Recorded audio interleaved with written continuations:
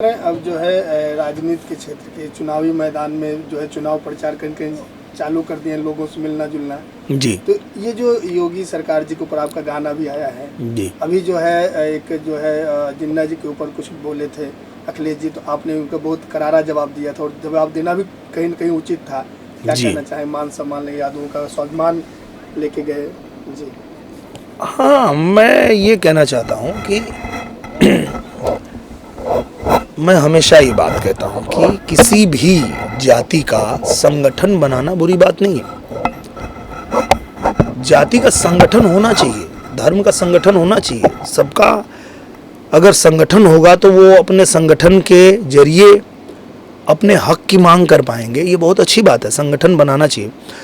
पर आप एक संगठन बनाने के बाद और उस संगठन के द्वारा गलत बातें करने लगेंगे, अगर आप ऐसी बातें करने लगेंगे जो हमारे देश के विरोध में होगा, तो फिर तो यही कहेंगे ना कि आपने इस संगठन को बना करके और इनका मान सम्मान ले लिया, स्वाभिमान ले लिया आपने।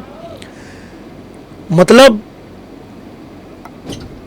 यादवों को अगर आप उनका इतिहास पढ़ेंगे तो कृष्णा भगवान की वंशज हैं। और उससे बड़ी बात कि हिंदुस्तान के लिए, अपने देश के लिए अगर जान न्यौछावर करने की बात आती है, उसमें भी उनका नाम सर्वोपरि आता है। 62 के युद्ध में रेजांगला का नाम आपने सुना होगा। रेजांगला में जिस शौर्य के साथ लड़ते हुए, अपने चाइना के सैनिकों से लड़ते हुए, 124 लोगों की बटालियन थी और उन लोगों ने 10,000 चाइना के सैनिकों को मार गिराया।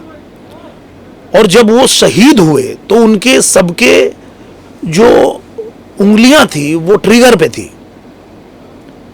और सबने गोली छाती में खाई थी।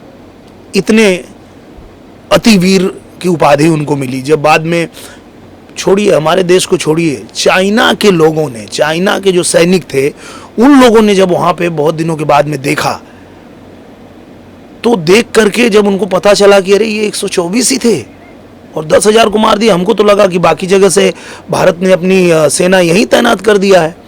तो उन लोगों ने वहां उनके सम्मान में लिखा Ativeer, bravest of the brave.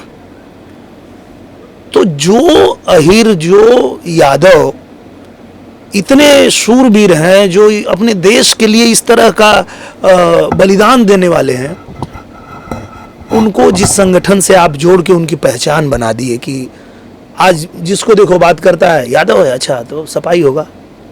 नहीं है भाई, सपाई क्यों सपाई है?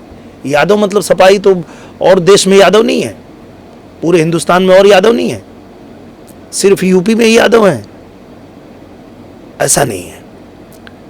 तो मैं यही कहना चाहता था, इसीलिए मैंने बोला था कि आप जिस तरह की भाषा बोल रहे हो, जिस तरह का बयानबाजी आप कर रहे हैं, जिन्ना की तुलना आप कर रहे हैं हमारे क्रांतिकारियों से, जो हमारे देश का बंटवारा कर दिया गद्दी के लालच में, तो चूंकि उनकी बातों से पता चलता है कि वो खुद भी वैसे ही विचारधारा वाले व्यक्ति हैं। कुर्सी के लिए अपने बाप को, अपने चाचा को अलग कर दिए ना। तो जिसकी जैसी सोच है, जैसी विचारधारा है, वैसी बात करेगा। तो इसलिए मैंने कहा कि आपने यादवों का स्वाभिमान ले लिया, मान ले लिया, और जब बोलेंगे तो अपने देश के विरोध में बात करेंगे, अपने धर्म के विरोध में बात करेंगे। ये कौन सी राजनीति है? मतलब इतना भी तुष्टीकरण नहीं करना चाहिए किसी को। तो इसलिए मैंने वो बात कही थी।